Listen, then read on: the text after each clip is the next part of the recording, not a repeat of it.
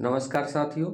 Exam गज के इस टीचिंग ऑनलाइन प्लेटफॉर्म में आप सभी का स्वागत है।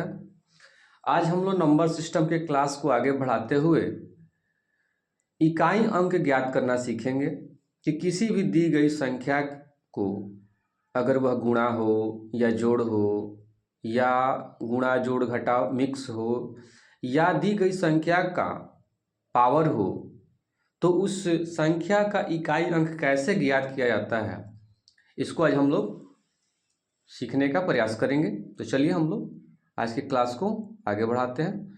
तो यहाँ देखिए दोस्तों, मैंने इसको दो पार्ट में बांट दिया है कि एक सामान्य संख्याएं होंगी तो उसका इकाई अंक कैसे निकालना होगा, और जो पावर के रूप में जो संख्याएं होंगी तो उनका इकाई अंक अगर ज्ञात करना होगा तो हम लोग कैसे निकालेंगे।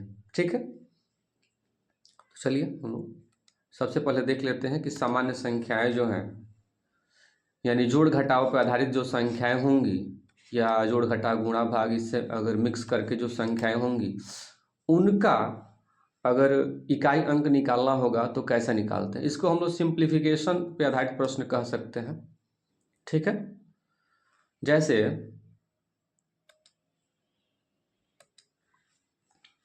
यदि मान लीजिए कि इधर कुछ भी संख्याएं हम लिख रहे हैं, जैसे 533 हो गया,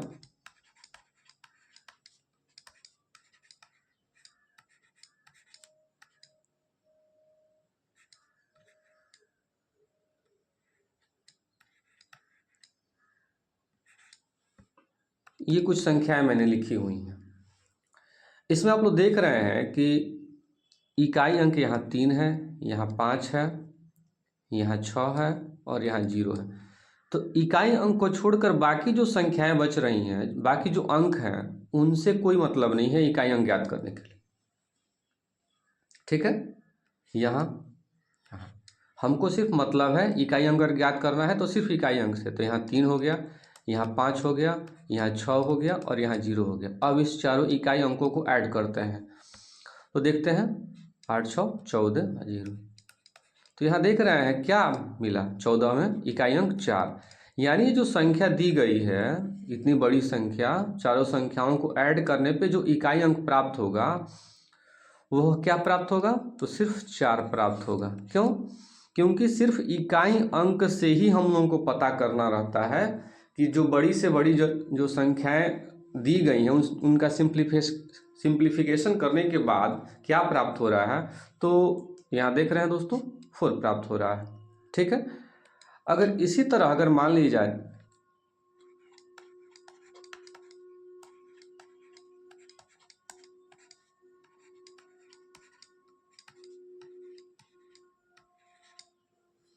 देखिए दोस्तों, अगर ये गुणा में हो तो इसका भी वैसे ही करना है कि इकाई अंक क्या दिया हुआ है, 2 है, इसमें 4 है, इसमें 6 है और इसमें 8 है। तो 2 गुणे 4 गुणे 6 गुणे 8 जब गुणा करते हैं तो यहाँ देखिए 8 छक 48। अब इस 48 में देखिए इकाई अंक क्या मिला, 8 हो गया, और यहाँ 4 दूनी 8। अब देखिए 8 अठाई 64, यानी इसका इकाई अंक क्या मिला, 4। यानी कहीं से भी सिर्फ हमको इकाई अंक ही लेना है। अगर दहाई या सैकड़ा अंक आ रहा है तो उसको भी हम लोगों को स्किप करते जाना है। हम लोगों को सिर्फ मतलब है इकाई अंक निकालना है, तो सिर्फ इकाई अंक से ही मतलब है। ठीक है दोस्तों, चलिए अब हम लोग आगे बढ़ते हैं। यानी कि अगर सिंप्लीफिकेशन पे आधारित होगा तो सबसे पहले हम उसको हल करेंगे सिर्फ इकाई अंक लेकर, और उस इकाई अंक से अगर जोड़ने या घटाने पे या गुणा करने पे जो प्राप्त होगा अगर उसमें इकाई अंक जो होगा वही आपका आंसर होगा। ठीक है, चलिए अब हम आगे बढ़ते हैं। अब आते हैं हम लोग पावर के रूप में, अगर जो संख्याएं दी गई हैं उनको कैसे ज्ञात करते हैं, उनका इकाई अंक कैसे ज्ञात करते हैं। तो देखिए दोस्तों, जब कोई भी संख्या दी गई है अगर उसके बेस का इकाई अंक 0 हो या 1 हो या 5 हो या 6 हो और उसके पावर में कुछ भी हो, कोई भी संख्या हो, तो अगर उसका इकाई अंक निकालना रहता है तो सबसे पहले क्या करते हैं,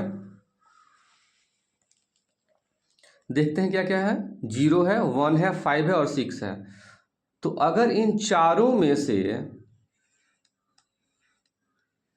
अगर बेस का इकाई अंक हो तो पावर में कुछ भी हो, उसका इकाई अंक वही जो बेस का संख्या है वही आंसर हो जाता है। जैसे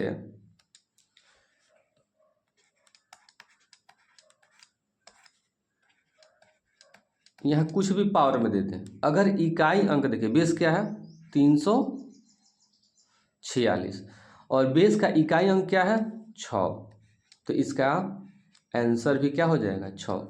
ऐसा क्यों है?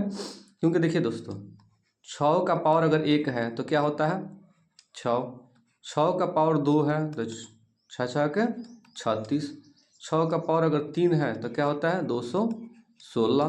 तो यानी देख रहे हैं कि हर स्थिति में इकाई अंक जो है वह 6 ही आ रहा है। ठीक है। उसी तरह अगर मान लीजिए कि किसी दी गई संख्या का इकाई अंक अगर 0 हो और पावर में कुछ भी हो, कोई भी संख्या हो, यदि बेस का इकाई अंक अगर 0 हो तो दी गई संख्या, ये जो बड़ी संख्या है, इसका भी इकाई अंक 0 ही होगा। यानी यूनिट नंबर जो होगा इसका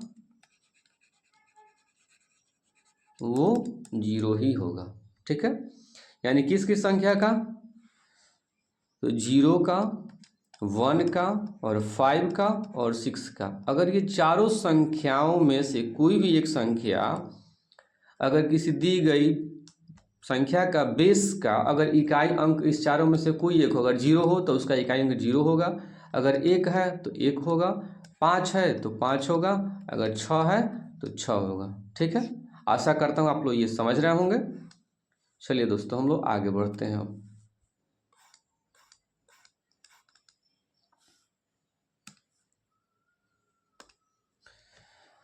अब देखिए दोस्तों कि अगर बेस का इकाई अंक अगर 4 और 9 हो तो पावर में 2 से भाग किया जाता है। ठीक है। और पावर में 2 से भाग करने के बाद जो शेष प्राप्त होता है वही उस बेस के इकाई अंक का पावर के रूप में हम लोग क्या करते हैं, सॉल्व करते हैं। और जो इकाई अंक प्राप्त होता है वही उस बड़ी संख्या जो दी गई है पावर के रूप में, वही उसका इकाई अंक होता है। कैसे? तो देखिए, मान लीजिए 2 3 4, इसका पावर जो है मान लीजिए कि 101 है। ठीक। तो जो बेस नंबर है वो कितना है 234 और इसका इकाई अंक क्या है 4 है। तो इस 4 का पावर कितना है अब 101 है। तो सबसे पहले क्या करेंगे, अगर ये बेस का इकाई अंक 4 और 9 हो तो पावर में किससे भाग करना है 2 से। यानी 101 में यदि 2 से भाग किया जाता है तो ऐसे ही देख रहे हैं कि अगर, चलिए बना ही देते हैं, एक शेष बच जाएगा। तो जो शेष बच गया वही बेस अंक का पावर हो जाएगा। यानी 4 है बेस के इकाई अंक का, तो 4 का पावर 1 है यानी कि 4। यानी इस दी गई बड़ी संख्या का इकाई अंक कितना हो जाएगा,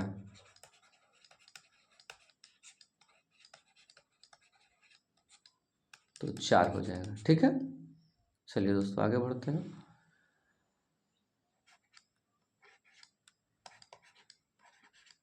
ये दी गई संख्या है और इसका इकाई अंक मान लीजिए कि 50 है यानी 50 है।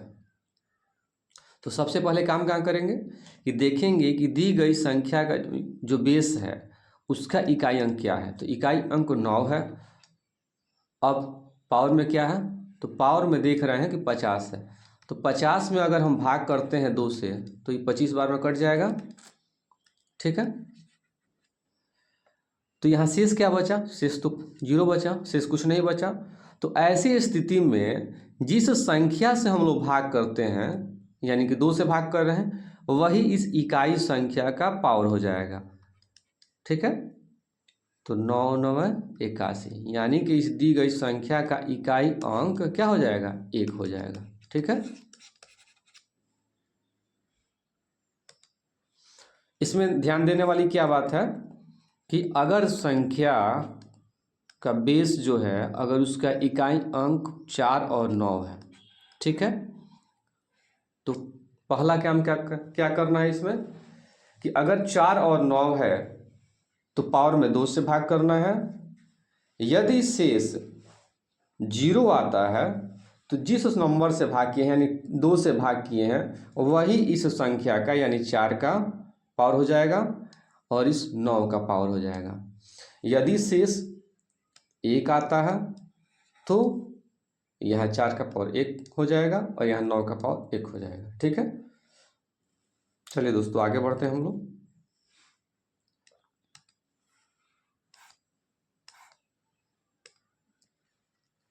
अब देखिए दोस्तों, यदि दी गई संख्या का बेस का इकाई अंक 2 हो या 3 हो या 7 हो या 8 हो, इस चारों में से कोई एक हो, तो पावर में किससे भाग किया जाएगा? 4 से भाग किया जाएगा। किससे? 4 से।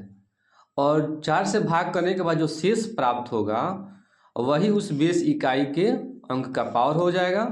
और उस संख्या को जब सॉल्व करते हैं तो जो इकाई अंक प्राप्त होगा वही उस दी गई बड़ी संख्या का, यानी जो मूल संख्या है, वो उसका इकाई अंक हो जाएगा। कैसे? इसको हम लोग एग्जाम्पल से समझ लेते हैं। मान लीजिए कि 34 है और इसका पावर 38 है। ठीक है, तो यहाँ देख रहे हैं 2 है, 3 है, सॉरी यहाँ हम कर देते हैं 7 कर देते हैं। ठीक है, 2 है, 3 है, 7 है और 8 है। इस चारों में से अगर कोई एक संख्या हो इकाई अंक पे, तो पावर में किससे भाग करना है? 4 से। तो जब 4 से 38 में भाग करते हैं तो 4 9 में 36, 2 शेष बचेगा, यानी कि अब इस 7 जो है इकाई अंक, इसका पावर क्या हो जाएगा? 2। तो 7 7 49, यानी कि इस 37 का पावर 38 जो है, यानी कि 37 के पावर 38 का इकाई अंक जो है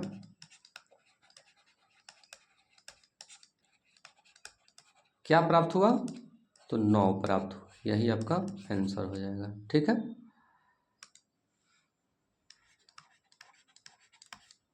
ये मान लीजिए कि संख्या है और इसका पावर 356 है। तो यह इकाई अंक देख रहे हैं, क्या है? इकाई अंक पे है 2 और ऊपर क्या है? पावर में 356। तो जिसका इकाई अंक 2 हो, 3 हो, 7 हो या 8 हो, इस चारों में से कोई एक हो, तो उसके पावर में किससे भाग करना है?